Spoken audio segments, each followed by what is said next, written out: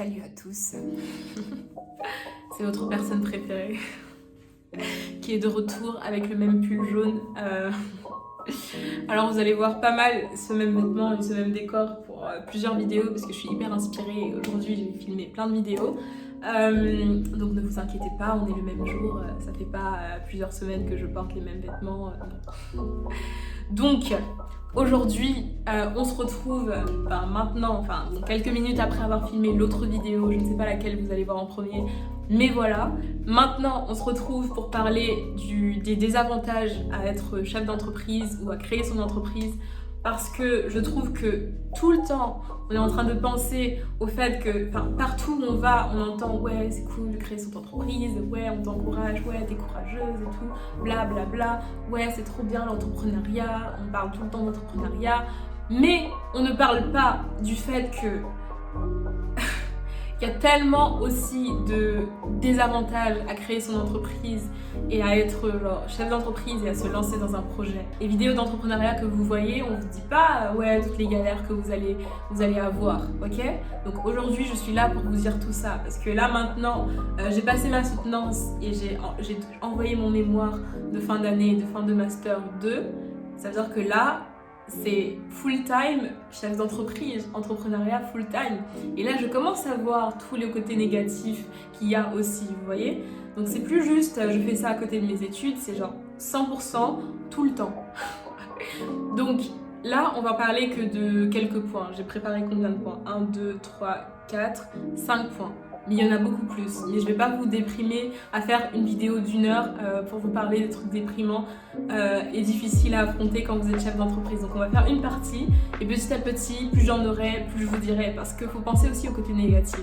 C'est pas pour vous déprimer, mais c'est pour vous dire qu'il n'y a pas juste un côté positif où tout va bien se passer. Il y a des côtés aussi que vous allez peut-être pas aimer, au moins vous serez pas préparé, vous voyez.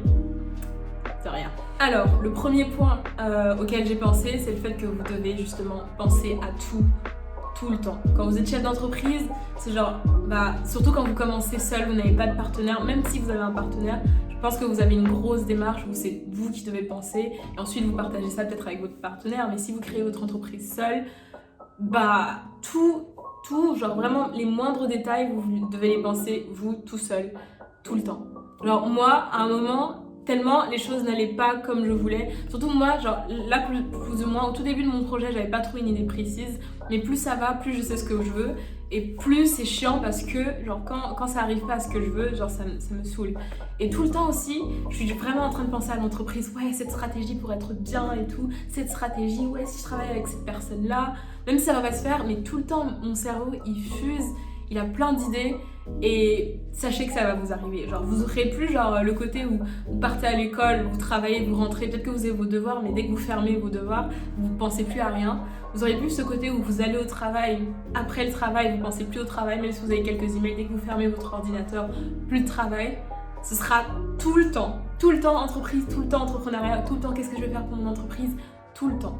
Genre moi à un moment même, la nuit, bon après ça c'est moi tu vois, mais la nuit je me levais, genre j'arrivais pas à dormir, du coup 2 heures, 3 heures j'étais encore en train de penser et dès que je pense à une idée, waouh je me dis elle est trop géniale, faut que je la marque pour pas que je l'oublie, je me lève, je tape sur mon ordinateur tout, ou j'envoie les emails et tout, parce que sur Gmail par exemple on peut programmer les emails pour que ça arrive le lendemain matin. Genre les gens ils vont croire que je les ai envoyés à 8h le lendemain matin, mais je les ai écrits à 3h le matin quand j'ai eu l'inspiration et que bim, je me suis dit ce sera envoyé le lendemain matin. Donc voilà, genre tout le temps t'es en train de penser de ton entreprise. Je pense pas que ce soit négatif parce que moi je suis une personne qui pense tout le temps sur tout en général, donc c'est pas nouveau pour moi. Mais pour quelqu'un qui a pas cette habitude là et qui aime pas forcément ça, prépare-toi mon gars ou ma fille, prépare-toi parce que là ça va être tout le temps comme ça. Ensuite, ça rejoint un petit peu le point de fait de penser à tout. Le deuxième point pour moi, c'est que vous allez avoir plein de responsabilités. Si vous n'aimez pas les responsabilités, vous n'aimez pas être genre porter vous savez quoi pour vous dire que c'est moi qui ai pris ces décisions et que c'est ma décision, ça va pas le faire parce que là vous avez tellement de responsabilités, vous devez penser à tout. Et du coup, s'il y a une décision qui est pas bonne, c'est votre problème en fait. Vous pourrez pas dire ouais c'est la personne de mon groupe qui pensait à ça, moi je voulais pas du tout faire ça, c'est de la merde je le sais, mais c'était pas moi qui avait cette idée là. Non, parce que vous devrez assumer, puisque c'est vous qui allez prendre En fait, si vous commencez tout seul, vous serez un peu schizophrène. Ce sera en mode ouais Muriel, j'ai eu cette idée-là, je pense qu'on devrait faire comme ça. Et vous devez vous répondre à vous-même. Ce sera en mode ouais Muriel, je sais pas si cette idée elle est bonne en fait, mais bon, enfin si tu penses vraiment qu'elle est bonne, vas-y on se lance. Et l'autre Muriel en mode ouais, non, mais je pense vraiment qu'elle est bien cette idée, donc lançons-nous. Et si ça foire, bah c'est toujours vous qui prenez ça dans votre tête en fait. Si l'idée elle marche pas, c'est votre problème, vous assumez tout. Et c'est assez difficile de pas pouvoir genre blâmer quelqu'un d'autre pour les problèmes que vous allez causer. C'est ça qui m'effraie. Enfin, ça m'effraie pas parce que j'arrive à prendre mes responsabilités, mais il y a des points, t'as envie de te dire non, enfin j'ai pas envie de penser à ça, cette partie elle me fait chier, j'ai pas envie d'y penser, j'ai envie que quelqu'un d'autre y pense. Mais du coup si vous n'avez pas les thunes pour recruter quelqu'un, bah, c'est vous 100% qui pensez à tout et qui devez porter les responsabilités pour tout dans votre entreprise. Que ce soit marketing, communication, création de produits, service client, site internet, tout, il y a encore plein de phases que j'ai pas citées, mais tout, vous portez vos responsabilités. Et bon courage. Une autre partie très importante, un peu technique, que j'ai appris récemment, enfin que j'en ai pris conscience récemment dans une formation d'entrepreneuriat que j'ai faite, c'est que vous n'avez... Enfin, c'est des trucs que j'y pensais pas, parce que moi j'ai 21 ans, du coup, tout l'aspect un peu technique du monde du travail, je le connais pas, tu vois. Et du coup, tout ça, je l'ai appris un petit peu à ma formation il y a pas longtemps. Et je viens juste d'apprendre que vous n'avez aucune protection sociale quand vous êtes chef d'entreprise. Du coup, je suis en France, j'ai créé une SASU. Une SASU, c'est une société à responsabilité limitée, unipersonnelle. En gros, ça veut dire que tu as créé une entreprise dans laquelle tu pourras faire entrer des actionnaires et tout, et dans laquelle toi, ta personne, Muriel, moi, ma personne, c'est un peu schizophrène. Moi, Muriel et mon entreprise, c'est deux entités différentes. Alors qu'il y a d'autres statuts dans lesquels toi et ton entreprise, vous êtes la même personne, comme dans la micro-entreprise par exemple. Il n'y a pas de séparation. Du coup, si ton entreprise elle fait faillite, bah tu dois rembourser avec tes fonds propres. Alors que moi, dans ma société, si ma société elle fait faillite, bah vu que moi, ma personne elle est séparée de mon entreprise, on va juste utiliser les biens de l'entreprise pour rembourser mes fournisseurs, mais on vient pas m'attaquer toi, Muriel, genre personnellement, t'es endetté en fait. C'est ça qui est assez cool. Mais du coup, avec ce statut d'entreprise là, tu n'as pas de protection sociale dans le sens où si demain tu n'as pas de... Enfin, ce que tu vends, c'est ton salaire. Si tu vends rien, t'as pas de salaire. Et donc, moi j'ai encore la chance d'être chez mes parents et vivre chez quelqu'un sans payer de loyer. Mais imagine-toi, si toi qui veux lancer ton entreprise, tu dois payer un loyer, faut que tu trouves un plan B parce qu'au tout début, tu vas pas forcément pouvoir te payer un salaire. Et si tu veux te payer un salaire, ça veut dire que tu dois recruter un comptable pour essayer de t'organiser la paperasse. Enfin bref, c'est plein de choses comme ça à prendre en compte. T'as pas de protection sociale, du coup si demain t'as pas de salaire, tu vends pas, t'as pas de salaire. Si demain ton entreprise elle marche vraiment pas bien et que tu décides de tout arrêter, tu n'auras pas la possibilité de toucher le chômage, en tout cas dans le type de statut que j'ai pris. Après ça dépend des statuts, donc c'est une possibilité que vous devez garder en compte. Vous pouvez cotiser pour la retraite, donc voilà, c'est important. Après ça dépend si vous êtes dans le système français, vous pouvez cotiser pour votre retraite, mais pareil il faut pouvoir vous donner un salaire. Donc si au début vous ne vous donnez pas de salaire parce que vous n'avez pas d'entrée d'argent, bah, vous ne cotisez pas pour votre retraite, vous n'avez pas de chômage, ça fait beaucoup. Donc pensez à tous ces aspects là quand même. Si vous n'êtes pas comme moi petite étudiante et que vous avez une famille, pensez à tout ça avant de vous lancer dedans quand même, et essayez d'avoir un plan B ou travailler à temps partiel à côté et pas vous lancer tout d'un coup comme ça. Ensuite, pour moi il y a le fait que c'est un gros investissement financier et temporel, de temps aussi. J'ai dépensé énormément d'argent depuis que je travaille sur cette entreprise. Tout cet argent là, j'aurais pu partir faire le tour du monde avec, limite.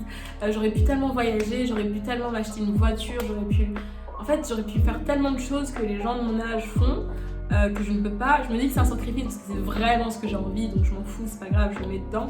Mais sachez que c'est énormément d'argent. Et je préfère que vous mettez cette idée-là dans la tête, du fait que tout ce que vous allez prévoir, même si vous connaissez à max, vous êtes renseigné énormément, vous aurez toujours des frais en plus qui vont s'ajouter. Parce que moi au tout début, en cours, on nous avait dit ouais préparez, faites ça, un business plan, un business model en bas et mettez l'argent dont vous aurez besoin. Mais il y a toujours des trucs auxquels vous n'avez pas pensé.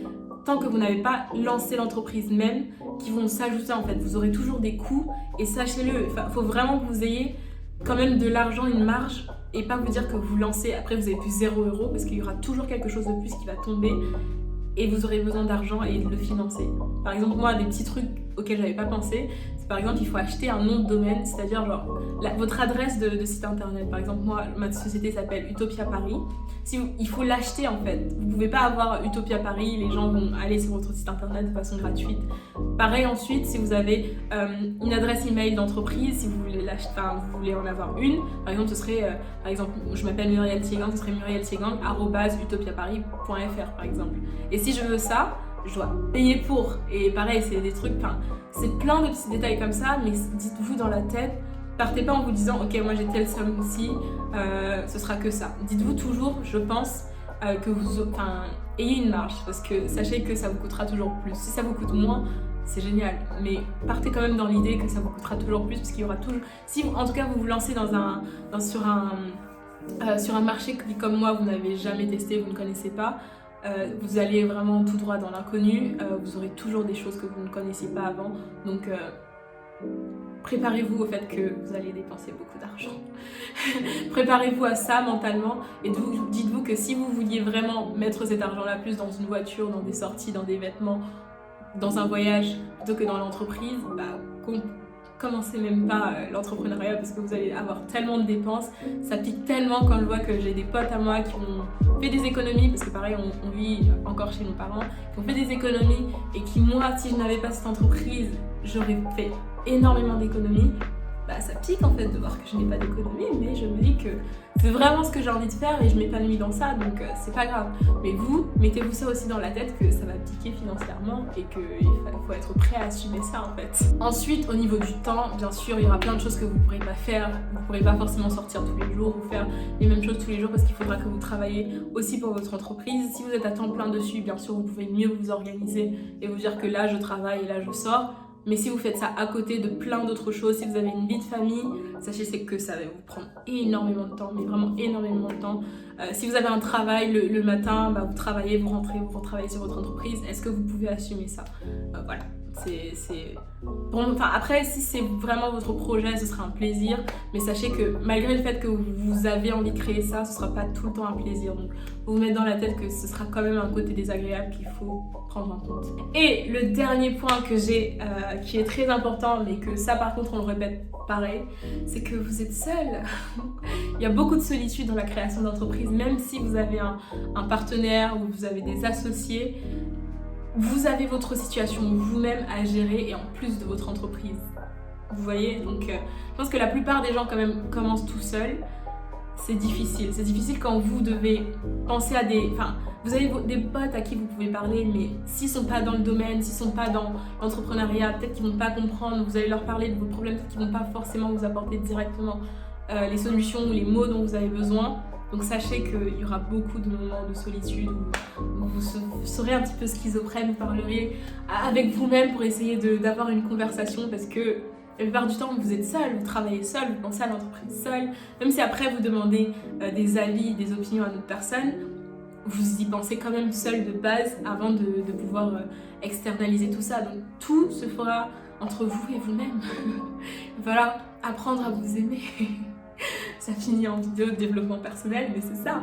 Vous allez devoir apprendre à vous aimer et à gérer vous-même votre stress, vos émotions et à vous connaître pour pouvoir mieux avancer avec vous-même. Parce que dans tous les cas, vous commencez seul. Même si après vous avez des employés, vous restez la personne qui devra prendre les décisions, qui aura le dernier mot. Donc bon courage. Appréciez la solitude, c'est pas si mal. Je suis assez introvertie, donc je suis pas quelqu'un qui aime énormément sortir ou parler aux gens tout le temps. Donc ça va, je gère bien la solitude, mais malgré tout, sachez que c'est quand même difficile de savoir parfois que vous ne pouvez pas exprimer ce que vous ressentez complètement avec les personnes que vous connaissez, quoi, et que vous n'avez personne d'autre à qui vous exprimer et que vous travaillez seul. Mais courage, ce n'est pas en vain tout ça. Vous le faites pour le bien, vous le faites pour quelque chose dont vous avez envie et que vous voulez vraiment créer, donc c'est pas grave. C'est pas grave s'il y a de la solitude, courage. Ça ne durera pas toute la vie, donc c'est pas grave. Sacrifice, mais après ce sera mieux, j'espère. à part si on fait faillite. Bon courage. Cette vidéo est hyper déprimante, je suis désolée, mais dans tous les cas, ça va bien se passer parce que c'est le projet que vous avez envie de créer. Vous vous donnez à fond, vous allez prendre du plaisir à le créer, vous allez apprendre tellement de choses, c'est fou ça, les choses que je connais maintenant et que j'avais pas pris en compte avant. Vous allez apprendre tellement, vous allez tellement être épanoui si vous aimez le secteur dans lequel vous travaillez.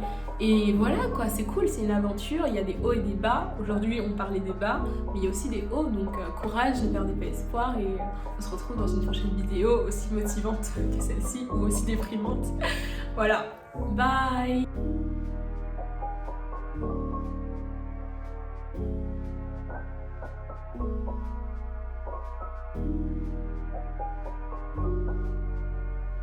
Thank you.